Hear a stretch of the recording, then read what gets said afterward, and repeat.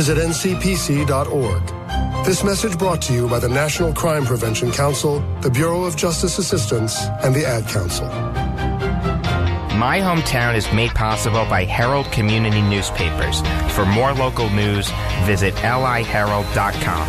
Got a story to tell? Call 516-569-4000. WHPC. And now we return to My Hometown. We're back on My Hometown. I'm your host, Bill Horan, along with Nassau Community College student John Gallo.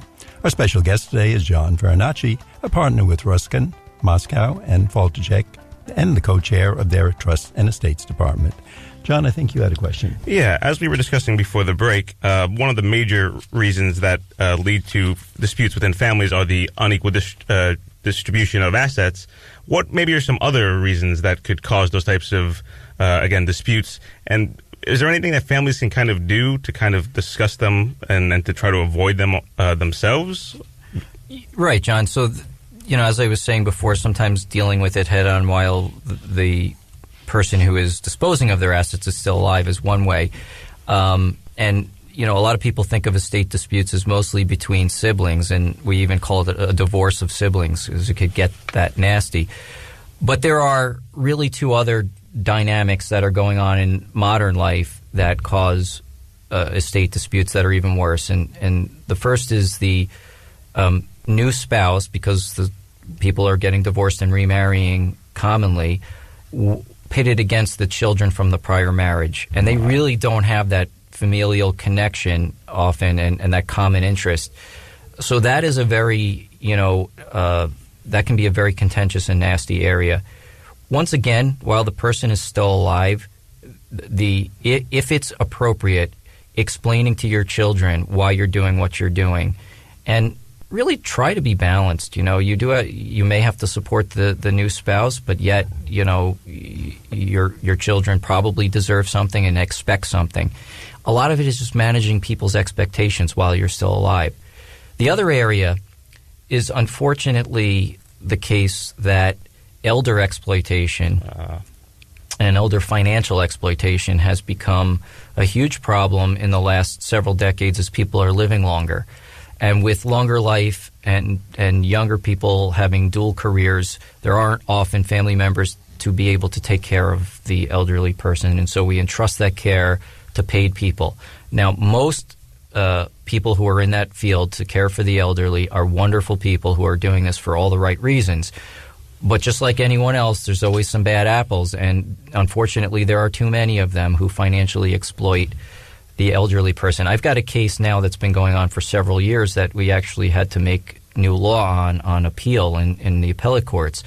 And it is a caretaker who was hired in her 40s to care for a 99-year-old gentleman who she ended up marrying in secret, unbeknownst to the family. And there was no will redone. She received no property under a will. But by marrying, you get certain inheritance rights regardless of what any will says. And in this case, there's a very substantial estate for this elderly gentleman. The more we've... actually, unfortunately, unless the marriage is annulled before the person dies, the strict letter of the law says that spouse has inheritance rights, period. We had to sort of craft new arguments that the appellate courts bought to say that's just patently unfair. If you hid the marriage from the family, they couldn't have done anything about it during life. And if that person did this in order just to get a financial benefit, then they shouldn't benefit from that wrongdoing. And we're creating an exception to the law by these appellate decisions. And you can go back to the trial court now. You can have your trial over this case, which is where we're at now. I think, the important lesson in that is be very vigilant when it comes to the people who are caring for your elderly person. They become so dependent on those people that they are willing to do anything and sign over anything out of fear that the care will cease. That's fascinating. John, once again, you brought up some great points there, because in the old days we used to take care of mom and dad, but today we're too busy, so we hire someone to do that. That opens up new legal problems. So if someone's listening and says, where can I get in touch with this really smart attorney that's being interviewed on WHPC, give us that information. Like Ruskin Moscou Faltischek, I'm at 1425 RXR Plaza in Uniondale, New York. My number is 516-663-6628. And my email is jfarinacci@rmfpc.com.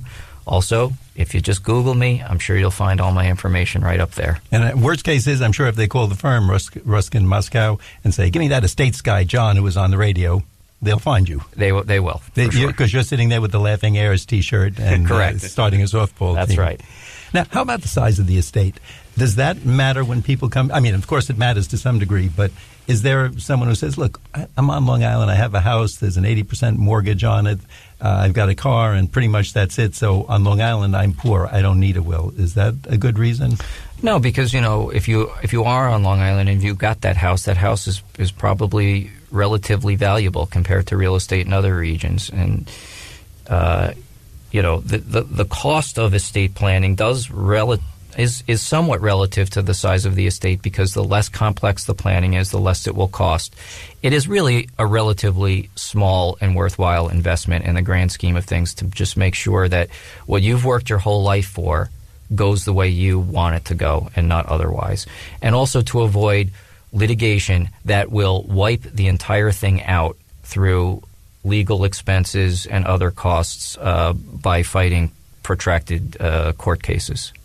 John? Okay, so as we've been discussing, it would seem that it would be definitely beneficial to consult with an attorney before a will, but is it definitely a necessity? I know we see a lot of commercials for these types of almost do-it-yourself software packages, to name a few, like LegalZoom and such. I imagine you have a take on what do you think, again, if it's necessary or not.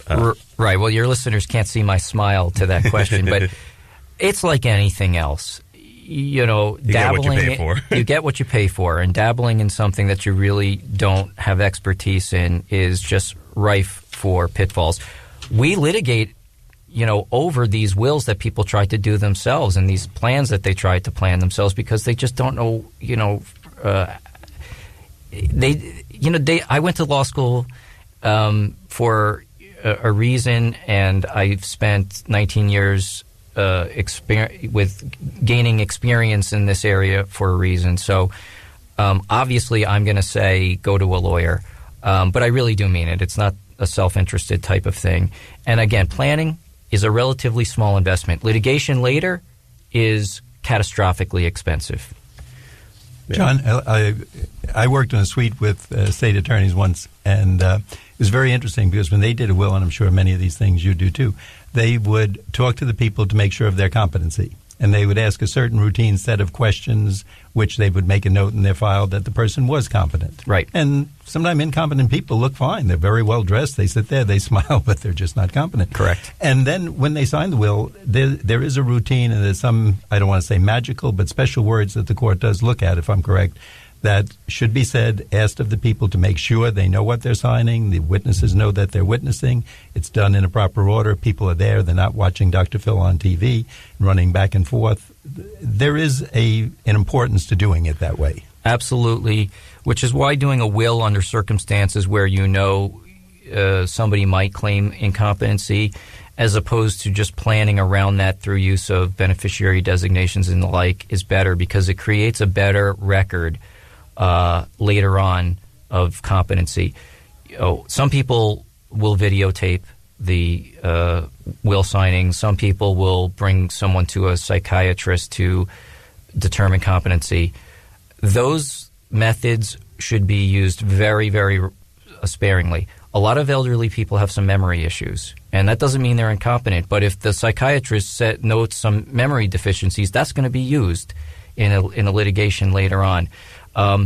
People might be perfectly competent but look frail, and they come across in the video as not looking good, and a jury might look at that and make conclusions that they shouldn't make.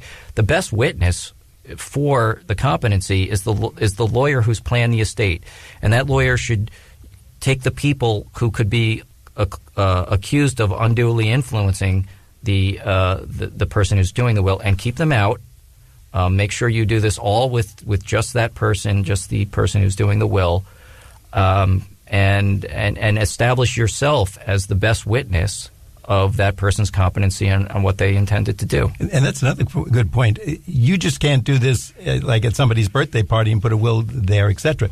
There's certain people who should be in the room and not in the room. Am I correct? That is 100% correct. And we're careful about the witnesses we use in those cases, too.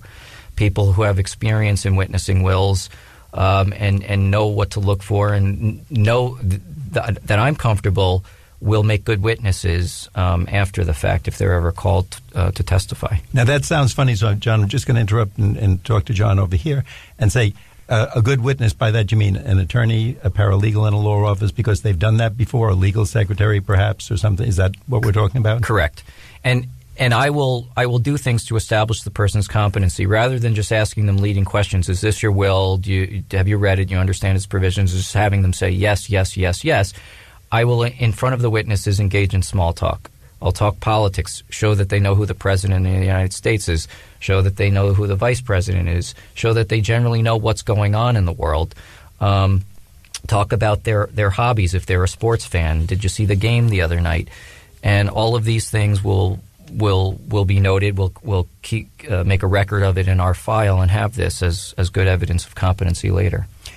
And I think it goes without saying that you really don't want your hairdresser who used to be a paralegal doing this for you because you're going to save $25. That's 100% true. John, this has been very interesting. I think very helpful to all of us. But before we wrap up, I'd like you to give some key information. Again, if people are hearing this and saying, he's talking about me or grandma or pop, how do they get in touch with you? My direct dial is the best way to reach me on the phone, 516-663-6628.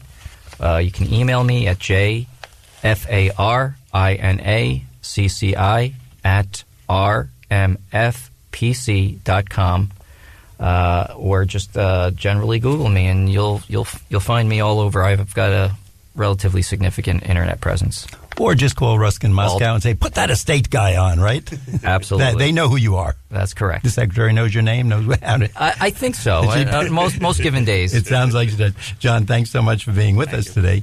And we'd like to let our audience know our guest today has been John Farinacci, a partner with the firm of Ruskin, Moscou Faltischek. He's the co-chair of their Estates and Trust Department. He's located in Uniondale in that nice big building. So if you're having a question or if this has alerted you to a problem or a question, give him a call. Thanks for listening to My Hometown. We like to get your feedback on My Hometown. Send your comments to whpc@ncc.edu. My Hometown is produced by Jim Green, executive producer. Nassau Community College, where success starts and continues. Till next time, this is Bill St. James. And remember, there's no town like your hometown.